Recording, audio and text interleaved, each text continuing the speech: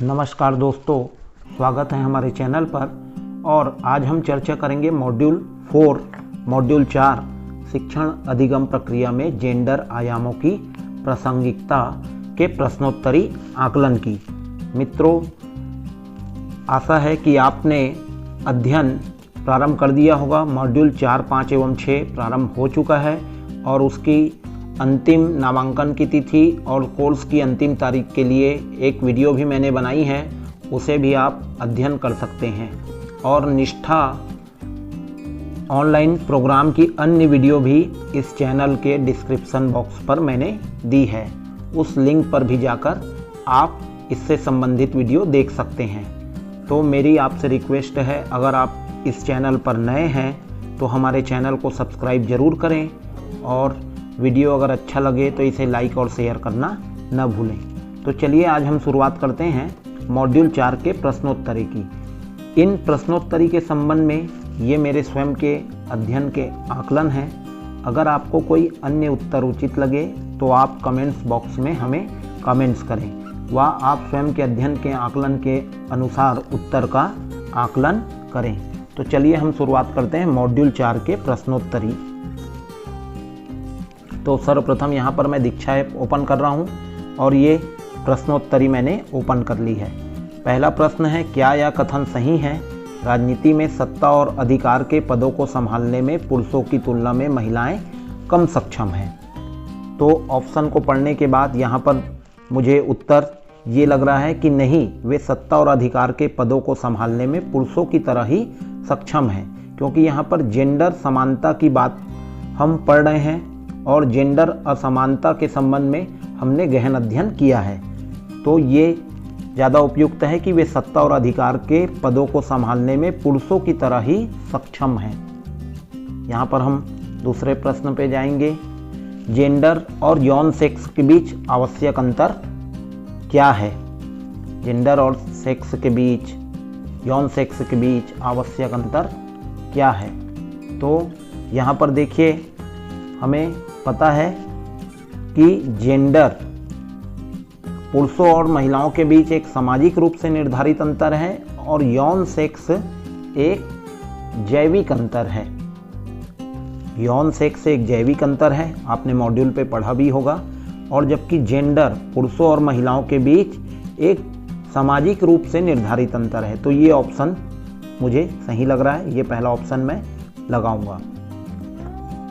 अगला प्रश्न है, निम्नलिखित में से कौन सा जेंडर मिथक नहीं है? जेंडर के रूप में जो मिथक नहीं है, हमको उस मिथक को पहचानना है। तो यहाँ पर देखिए ऑप्शन, लड़के और लड़कियाँ तर्कहीन होती है, तो यहाँ पर ये जेंडर असमानता को दर्शा रहा है। लड़कों के लिए विज्ञान और तकनीक है, ये भी जेंडर मिथक को दर्शा रहा है। तो हमको पहले ये जान लेना है कौन से ऑप्शन जेंडर मिथक को दर्शा रहे हैं। तो तीसरा ऑप्शन जो है, लड़कों और लड़कियों के बीच जैविक अंतर उनकी संज्ञानात्मक क्षमताओं से संबंधित नहीं है, ये जेंडर मिथक नहीं है। आप भली भांति पीडीएफ को अध्ययन करिए, जल्दबाजी न करिए। जेंडर से संबंधित प्रश्न बहुत आसान हैं, आप भली भांति पढ़कर इन्हें समझ पाएंगे। तो चलिए हम अगले प्रश्न की ओर चलते हैं। निम्नलिखित में से कौन सा कथन लड़कों पुरुषों के बारे में एक जेंडर स्टीरियोटाइप नहीं है? इसका मतलब ये है कि कौन सा कथन जेंडर स्टीरियोटाइप नहीं है। तो यहाँ पर ऑप्शन देखने के बाद हम समझ सकते हैं कि ये 3 जो कथन है वो जेंडर स्टीरियोटाइप है, कि पुरुष परिवार के पालन करता है, पुरुष बेहतर चालक होते हैं, पुरुषों को रोना नहीं चाहिए। ये जेंडर को फोकस कर रहा है, जबकि लड़के पुरुष बच्चे पैदा करने के साथ साथ खाना भी बना सकते हैं, ये जेंडर स्टीरियोटाइप नहीं है। उसके पश्चात, निम्नलिखित में से कौन सा गुण लड़कों और लड़कियों दोनों के लिए सही है? तो यहाँ पर ऑप्शन है स्वतंत्र, मेहनती, भावुक। तो ये सभी ऑप्शन इनके लिए सही हैं, क्योंकि ये सभी गुण पुरुषों और महिलाओं में हो सकते हैं। यहाँ पर हमको जेंडर समानता के संबंध में ही फोकस बताया गया है, फोकस किया गया है, तो इसलिए ये सभी गुण लड़कों और लड़कियों के लिए सही हैं। जेंडर के बारे में निम्नलिखित में से क्या सही नहीं है? तो यहाँ पर ऑप्शन आप देखिए, जेंडर के बारे में क्या सही नहीं है। तो जेंडर पुरुषों और महिलाओं के बीच जैविक अंतर को दर्शाता है, ये सही नहीं है।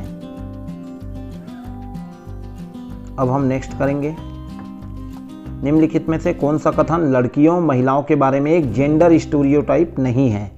इसे भी हमें ध्यान देना है कि ये लड़कियों और महिलाओं के बारे में जेंडर स्टीरियोटाइप नहीं है। तो यहाँ पर ऑप्शन आएगा कि लड़कियों और महिलाओं के पास नेतृत्व कौशल है और वे किसी भी पेशे में उत्कृष्टता प्राप्त कर सकती है। ये लड़कियों के बारे में जेंडर स्टीरियोटाइप नहीं है। बाकी जो है वो जेंडर पे फोकस कर रहा है, ये हमको ध्यान रखना है। निम्नलिखित में से कौन सा वाक्य सही है? ये चारों वाक्य आप पढ़ लीजिए। और कौन सा वाक्य सही है? लड़के और लड़कियों के साथ बराबरी का व्यवहार किया जाना चाहिए। बाकी वाक्य यहाँ पर जेंडर असमानता पर केंद्रित है और गलत है, तो हम इसे सही करेंगे। इसी तरह कौन सा कार्य, निम्नलिखित में से कौन सा कार्य लिंग भेद को नहीं दर्शाता है? इसमें ये हमको देखना है कि 3 वाक्य लिंग भेद को दर्शाते हैं और 1 वाक्य लिंग भेद को नहीं दर्शाता है।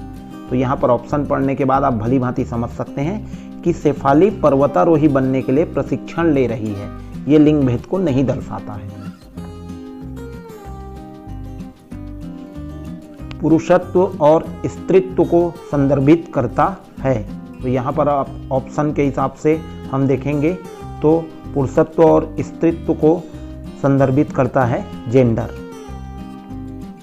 तो ये देखिए मित्रों, आपने अगर अपने प्रश्न इसी तरह हल किए होंगे तो आप स्कोर अपना आकलन कर सकते हैं।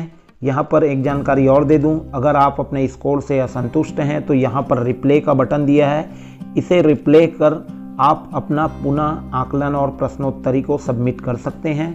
तो ये थी आज की जानकारी और प्रश्नोत्तरी मॉड्यूल 4 के संबंध में शिक्षण अधिगम प्रक्रिया में जेंडर आयामों की प्रासंगिकता। अगर वीडियो आपको अच्छा लगे तो इसे लाइक करें, शेयर ज़रूर करें और हमारे चैनल को सब्सक्राइब करें। तो मिलते हैं आपसे निष्ठा कार्यक्रम से जुड़े अन्य वीडियो को लेकर। धन्यवाद।